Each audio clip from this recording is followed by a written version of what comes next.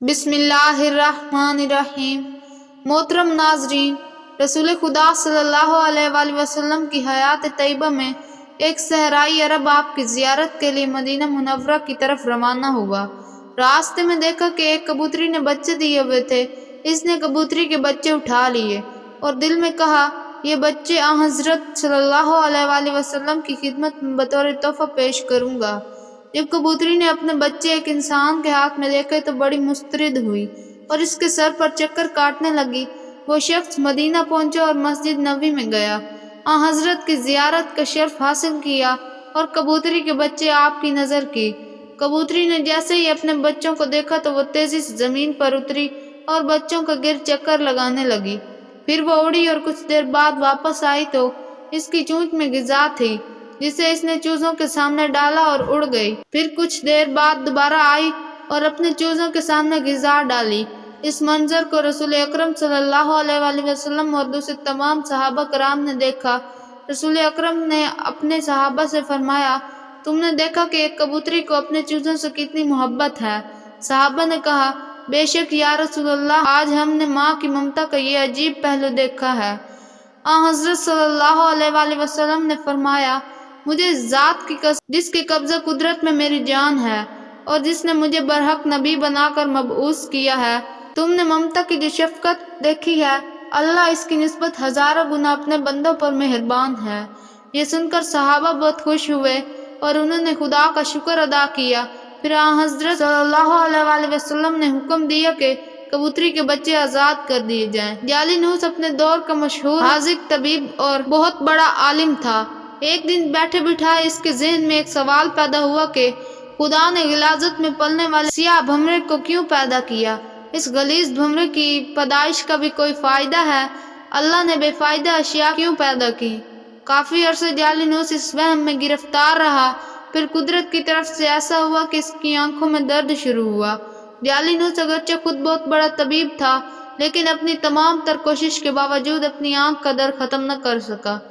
دوسرے اتباع نے بڑی کوشش کی لیکن اس کی آنکھ کا درد ختم نہ ہوا۔ ایک دن ایک بڑھیا جالینوس کے پاس آئی اور اس نے کہا کہ میرے پاس ایک پڑھیا موجود ہے جو کہ آنکھوں کے لیے بڑی مفید ہے، خاص طور پر درد چشم کے لیے اکسیر ہے۔ جالینوس نے کہا، آپ مہربانی کر کے وہ دوائی میری آنکھوں میں لگائیں۔ عورت نے سلائی سے وہ دوائی اس کی آنکھوں میں لگائی۔ تھوڑی دیر کے بعد آنکھ کا درد ختم ہو گیا اور جالینوس کو آرام آ گیا۔ اس کے بعد جالینوس نے اس بڑھیا کو بلایا اور اس سے پوچھا کہ تم نے یہ لاجواب دوائی کس چیز سے بنائی ہے؟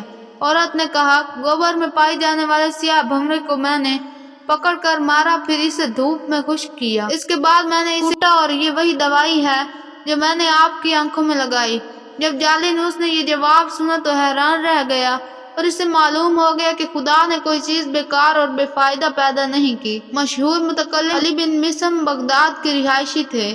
ان کے زمانے میں مامون کی حکومت تھی۔ اس وقت حسن بن سہل مامون کا اہم ترین وزیر تھا جو کچھ الحاد کی طرف مائل تھا۔ ایک دن ایک زندیق اس کے پہلو میں بیٹھ کر شیخیاں بکھیر رہا تھا اور بہت سے افراد اس کی باتوں کو دلچسپی سے سن رہے تھے۔ وہ بدبخت یہ ثابت کرنے میں مصروف تھا کہ پوری کائنات از خود پیدا ہوئی ہے، اس کا کوئی خالق اور مدبر نہیں ہے۔ ابھی وہ اپنے یاوہ گوئیوں میں مصروف تھا کہ اتفاق سے علی بن مسم بھی وزیر کے دربار میں تشریف لائے۔ انہوں نے زندیق کی باتیں سنی تو انہیں سخت صدمہ ہوا۔ انہوں نے وزیر حسن بن سہل کو مخاطب کر کے کہا، جناب اس کی باتیں بعد میں سن لینا، پہلے میری بات سنیں۔ آج میں نے اپنی زندگی کا عجیب ترین حادثہ دیکھا ہے اور میں وہ آپ کو سنانا چاہتا ہوں۔ ان کی اس آواز پر خاموشی چھا گئی۔ وزیر نے کہا، آپ نے آج کیا دیکھا ہے؟ علی بن مسم یوں مخاطب ہوئے، آج مجھے آپ کے یہاں آنا تھا تو میں دریائے دجلہ کے ساحل پر گیا تاکہ کشتی پر بیٹھ کر آپ کے پاس آ سکوں۔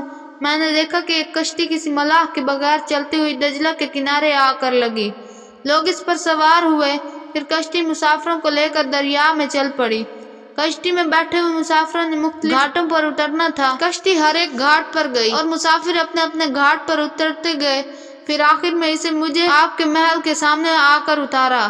اس کے بعد آپ کے پاس چلا آیا۔ زندیق نے جب یہ داستان سنی تو اس نے چیخ کر کہا، وزیر صاحب، اس شخص کی باتیں سننا وقت ضائع کرنے کے مترادف ہے۔ یہ تو مجھے احمق انسان معلوم ہوتا ہے، اس میں عقل و فہم کے نام کی کوئی شے نہیں ہے۔ وزیر نے کہا آپ نے یہ کیسے فیصلہ کر لیا کہ یہ احمق ہے؟ زندیق نے کہا جناب اس سے بڑھ کر اور حماقت کیا ہو سکتی ہے؟ ایک کشتی ملاح کے بغیر خود بخود چل کر گھاٹ پر آئے اور مسافروں کو اٹھا مختلف گھاٹوں پر اتارے، جبکہ ہم سب جانتے ہیں کہ کشتی لکڑی سے بنی ہوئی ہوتی ہے، وہ جمادات کی ایک شکل ہے، اس میں تو روح ہے اور نہ عقل اور نہ ہی احساس ہے۔ آخر ایک کشتی سے یہ توقع کیسے کی جا سکتی ہے کہ وہ خود بخود سفر کرے اور مسافروں کو ان کی منزل مقصود پر اتارے؟ علی بن مسم نے فرمایا عزیز صاحب احمق میں نہیں، یہ خود ہے۔ اگر ایک کشتی ملاح کے بغیر سفر نہیں کر سکتی تو خدا را مجھے بتایا جائے کہ زمین سورج چاند ستارے بھی تو جمادات ہیں، ان میں بھی روح نہیں ہے، وہ لاکھوں سالوں سے کسی مدبر کے بغیر اپنے مدار میں کیسے گردش کر رہے ہیں، اور وہ اپنے مدار سے کیوں نہیں ہٹتے، اور وہ مسلسل لگی بندی حرکت کیوں کر رہے ہیں، جبکہ کشتی تو ملاح کے بغیر نہیں چل سکتی۔ آخر یہ کائنات کا نظام کس محرک مدبر کے بغیر کیسے چل سکتا ہے؟ علی بن مسم کی اس تقریر سے زندیق کے ہاتھوں کے طوطے اڑ گئے، وہ سخت شرمندہ ہوا اور شرمندگی کی وجہ سے گردن جھکا لی، پھر خاموشی سے اٹھ کر وہاں سے چلا گیا۔ ناظرین امید کرتی ہوں آپ کو ہماری آج کی ویڈیو اچھی لگی ہوگی۔ ویڈیو پسند آئے تو ویڈیو کو لائک کر دیں، چینل پر نئے ہیں تو چینل کو سبسکرائب کر دیں۔ ملتے ہیں کس نیکسٹ ویڈیو میں، تب تک کے لیے اللہ حافظ۔